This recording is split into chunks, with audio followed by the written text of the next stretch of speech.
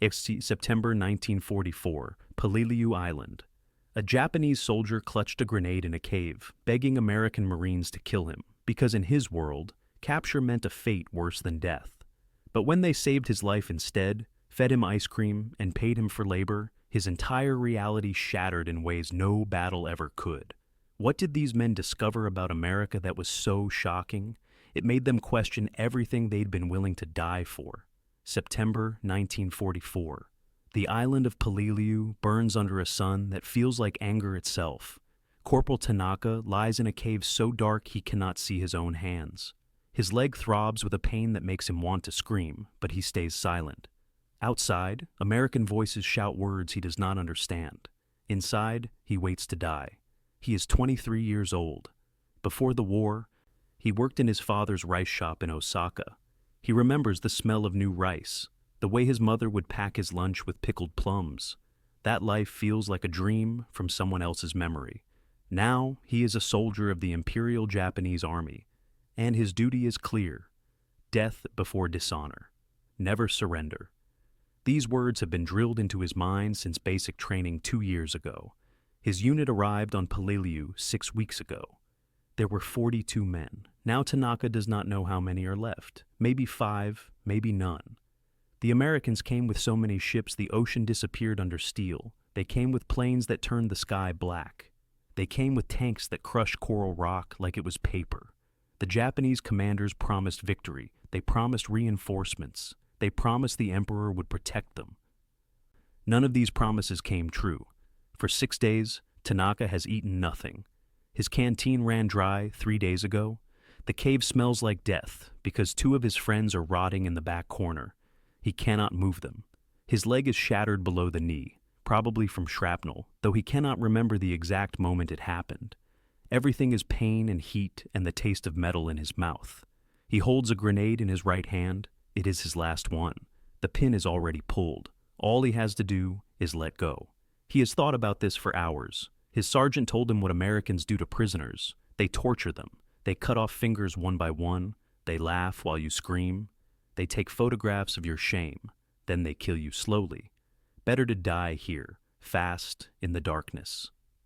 Better to die as a soldier than live as something less than human. But there is something else his sergeant told him, something worse than torture.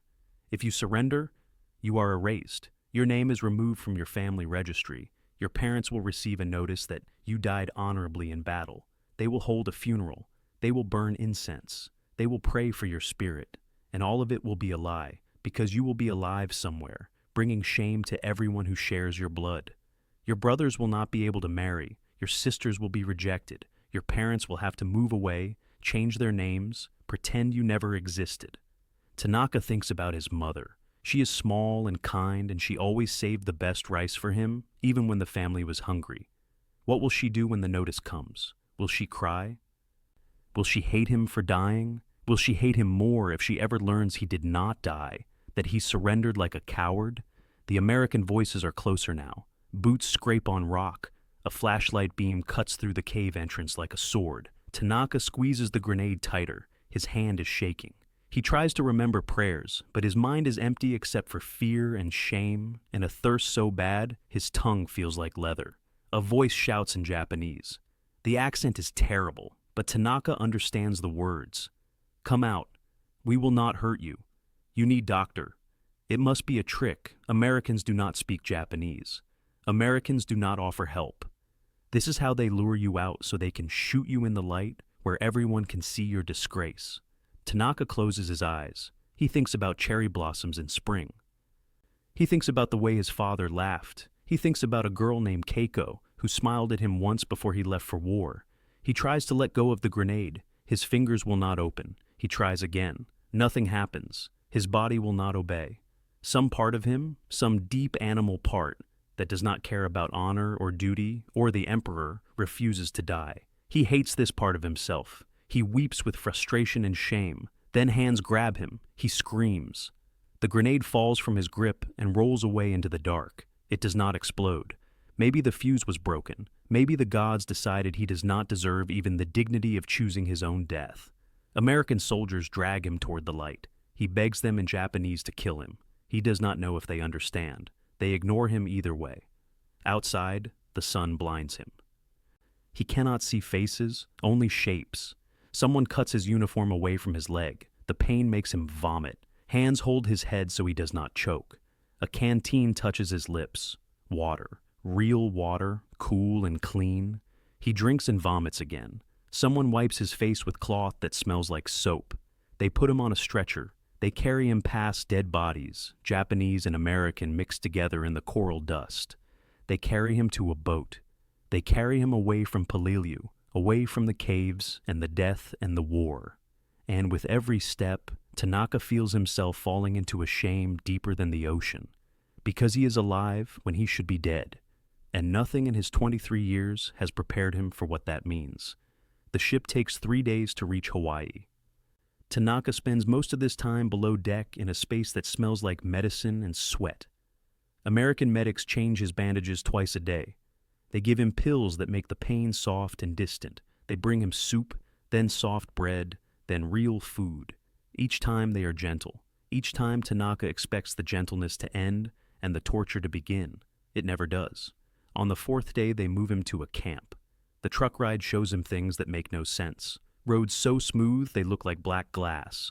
Buildings with no bomb damage. Trucks everywhere. More trucks than he has ever seen in his life. In Japan, trucks were rare and precious. Here they seem as common as bicycles. Some carry food, some carry equipment. One passes by, filled with nothing but bottles of Coca-Cola, stacked higher than a man's head. The camp sits behind wire fences. But the fences are not tall, and there are no guard towers with machine guns. The barracks are wooden, clean, and they have real roofs. Tanaka shares a room with 11 other Japanese prisoners. Some were captured on Saipan, some from Guam, one man from Iwo Jima. They do not talk much at first. Shame hangs over all of them like fog. The first meal in the mess hall breaks something inside Tanaka's mind. He walks on crutches to a table where American soldiers serve food from huge steel pots. They put meat on his plate, pork cooked with some kind of sweet brown sauce. They add white rice, real white rice, not the mixture of millet and barley and whatever else could be found that Japanese civilians were eating. They add green beans. They add 2 thick slices of white bread with butter. The plate is so heavy, Tanaka nearly drops it. He sits at a long table with the other prisoners. No one eats. They all stare at their plates. One man starts crying silently. Another whispers that it must be poisoned, that this is how the Americans will kill them, by feeding them until their stomachs burst. But an older prisoner, a sergeant from Saipan, who has been here for 2 months, picks up his fork and eats. He says the food is always like this. He says on Sundays they get even more. Tanaka eats. The pork is soft and sweet. The rice is perfect, each grain separate and fluffy. The bread is softer than any bread he has ever touched. He thinks about his last meal in Japan before shipping out. Watery soup with a few vegetables. A rice ball the size of his fist, mixed with so much barley it was almost brown. Pickles that were more salt than vegetable. That meal was for soldiers. For men going to war. This meal is for prisoners, for men who failed and surrendered. After 1 week, they give him a job in the kitchen. His leg is healing, but he cannot stand for long periods, so they let him sit and peel potatoes. The kitchen is bigger than his entire house in Osaka. There are machines for everything, machines that wash dishes, machines that mix food, a refrigerator the size of a small room that keeps meat frozen solid. The head cook is a thick man from somewhere called Kansas, who speaks no Japanese but smiles often and makes sure Tanaka takes breaks. One afternoon, Tanaka is scraping carrots when he sees the garbage. 3 large bins by the back door, all full. He walks over on his crutches and looks inside. Bread crusts. Potato peels thick with potato still on them. Half-eaten apples. Chicken bones with meat still attached. Vegetables that are bruised but perfectly edible. He stands there for a long time, staring. 1 bin holds more food than his family would see in a week. This happens every single day. A Red Cross truck arrives on a Tuesday in October. The driver is a woman with gray hair who reminds Tanaka of his aunt. She and 2 other women unload wooden crates. Inside are small white cups with lids. Ice cream. Vanilla ice cream. 1 cup for each prisoner. The woman hands Tanaka his cup with a smile, and words he does not understand but sound kind. Tanaka holds the cup. It is cold against his palms. Ice is rare in Japan. Ice cream is something he has only heard about, something rich people in Tokyo might eat on special occasions. He watches other prisoners open their cups and eat with small wooden spoons. Some cry. Some laugh. Some sit in silence, staring at the white cream as it slowly melts. Tanaka thinks about his mother boiling tree bark to make tea. He thinks about his little sister, who died from hunger 2 winters before the war. He thinks about neighbors in Osaka who sold their furniture to buy rice. He opens the cup. The ice cream is sweet and cold and tastes like milk and sugar and abundance. He eats 3 spoonfuls and then cannot continue. He closes the lid and sits with the cup in his hands until it melts into soup.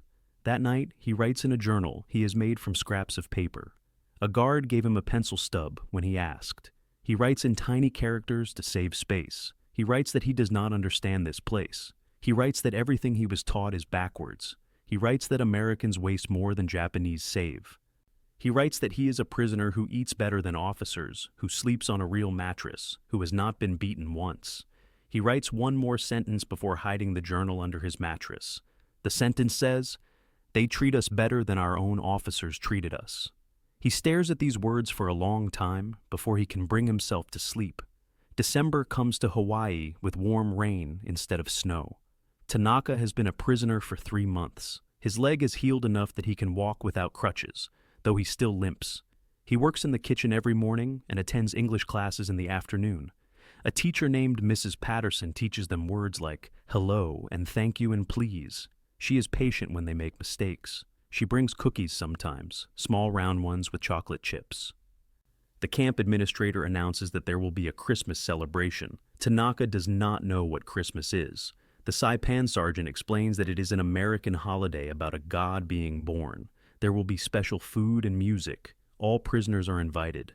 Tanaka thinks this must be some kind of trick, but the sergeant says he was here last Christmas and it was real. On December 25th, the mess hall is decorated with colored paper and shiny strings that catch the light.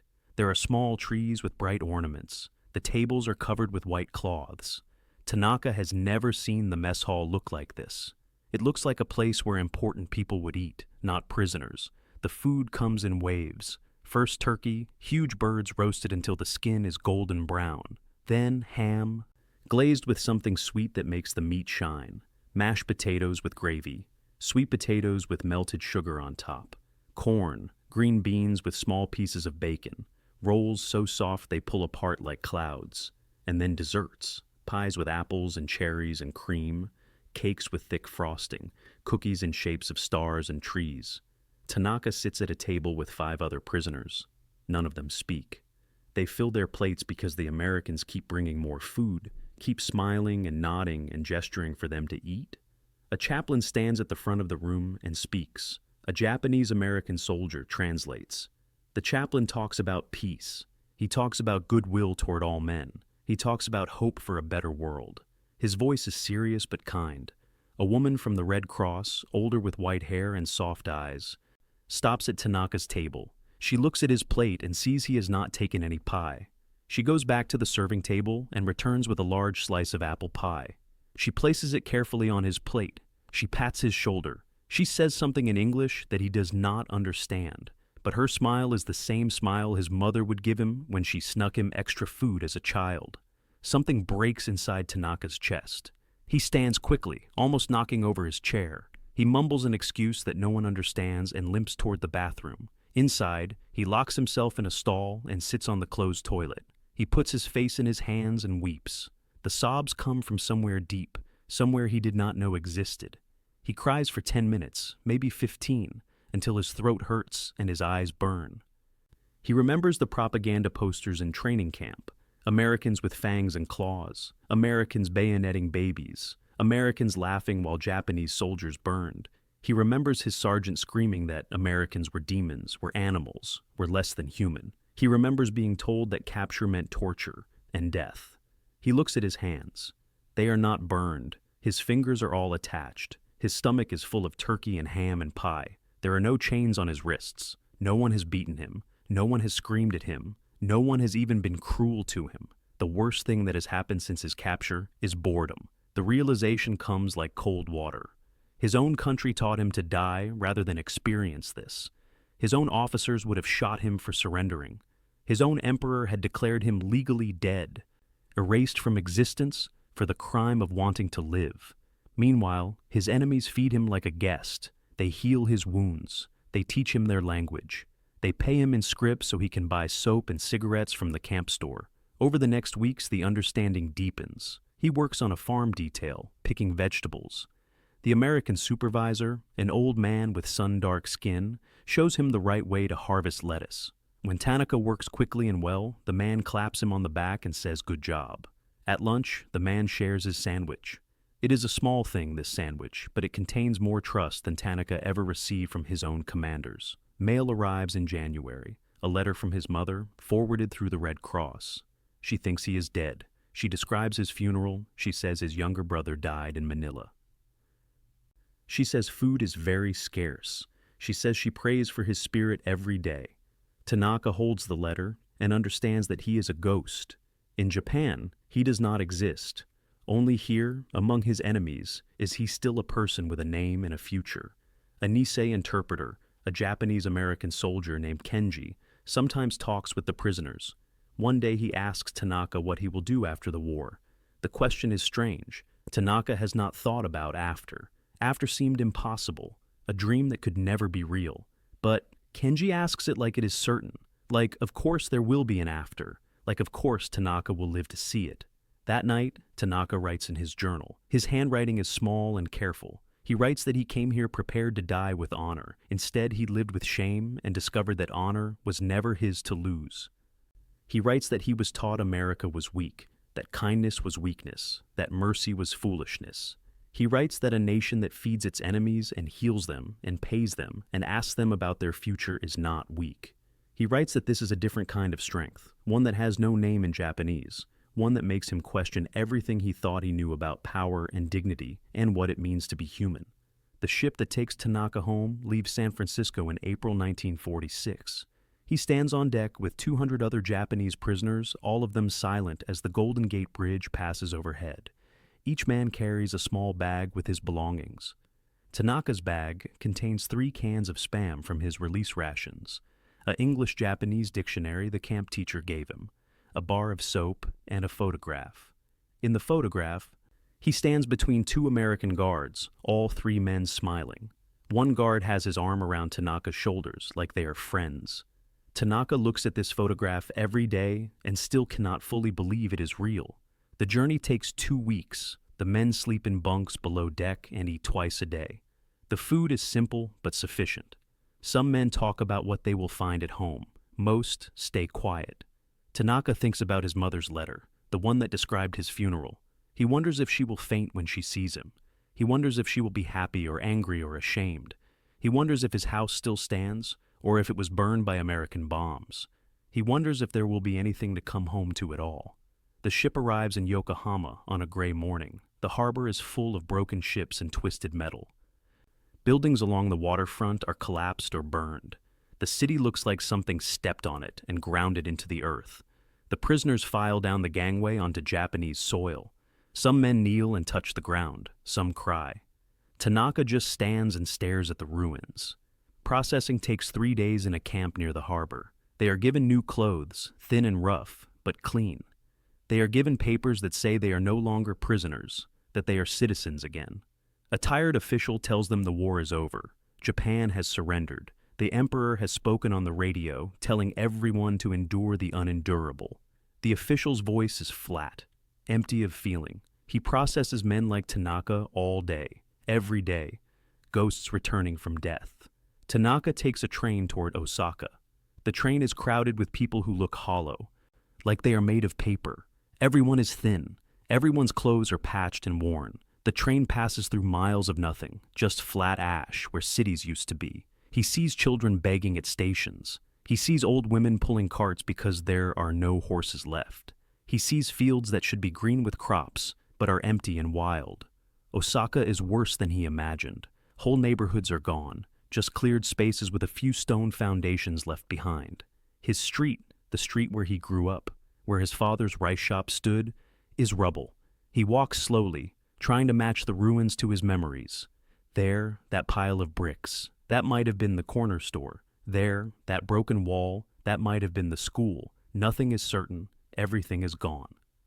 He finds his mother in a place the locals call the shelter district. Rows of shacks made from scrap wood and metal, all leaning together like they are too tired to stand alone. An old man tells him which shack, number 47. He stands outside for 5 minutes before he can make himself knock. The door opens. His mother stands there. She has aged 20 years in the two since he last saw her. Her hair is white. Her face is thin and creased. She stares at him. Her mouth opens but no sound comes. She reaches out one hand, touches his face, pulls it back like he might burn her. Then she makes a sound, something between a gasp and a sob, and pulls him inside. The shack is tiny, maybe 8 feet by 10 feet. There is a sleeping mat, a small stove, 2 pots, and almost nothing else. His mother cannot stop touching him, his face, his hands, his shoulders, like she needs to prove he is solid. She asks if he is real or if she is dreaming. She asks if he is a ghost. He tells her he is real. He tells her he was captured. He tells her he is sorry. She does not ask why he did not die. She does not speak of shame or honor. She just holds him and cries and says his name over and over. Later, she tells him that his father died in the firebombing. His aunt and uncle and their 3 children died when their shelter collapsed. His cousin died of disease last winter. So many are gone. The living are so few. That evening, neighbors gather when they hear someone has returned from the war. 12 people crowd into the tiny shack. They are all hungry, all desperate for any news, any hope. Tanaka opens his bag and takes out the 3 cans of Spam.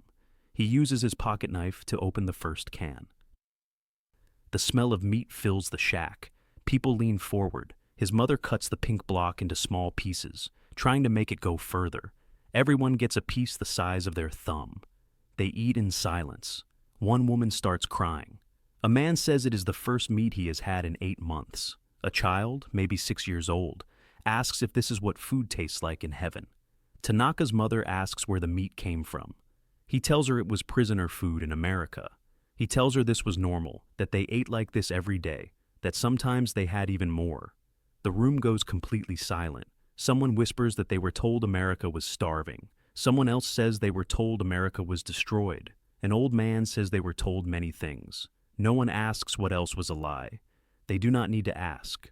Over the next months, Tanaka finds work as a translator. American occupation forces need Japanese speakers. He works in an office helping distribute food aid. He sees American trucks arrive with rice and wheat and dried milk. He sees Japanese officials bow and thank the same soldiers who bombed their cities. He sees children line up for chocolate bars handed out by GIs. He sees the complicated face of defeat, which looks like hunger being fed by the hand that caused it. He teaches English to neighborhood children. He introduces them to baseball, using a stick and a ball made of rags. He tells them about America, carefully, not wanting to sound like a traitor, but unable to lie about what he saw. He tells them about abundance and waste, about kindness from unexpected places, about the strange possibility that enemies can be human too. His mother asks him one night what it was like. He thinks for a long time. He tells her he was taught to die for the emperor. He tells her America taught him to live for himself. He tells her the greatest shock was not their wealth or their power. It was their willingness to see him as human when his own country had already erased him. He tells her he spent years hating Americans. 1 year as their prisoner taught him what his own nation never did, that mercy is not weakness, that a full stomach is not shameful, that these things are dignity, and that they gave him dignity when his own people took it away. She nods slowly. She takes his hand. She says she is glad he lived. She says she does not care about honor if honor means losing her son. She says she will never forget that his enemies fed him when she could not. Years later, Tanaka will have children. He will tell them this story. He will show them the photograph of him smiling with American guards. He will teach them that what we are told about our enemies often says more about our leaders' fears than any truth. He will teach them that the greatest courage is not dying for a cause, but living to question whether the cause was ever worth dying for in the first place. And every year on Christmas, even though he is not Christian, he will buy a small cake and remember the day a kind woman gave him pie and made him realize that being alive, even in shame, was better than dying for a lie.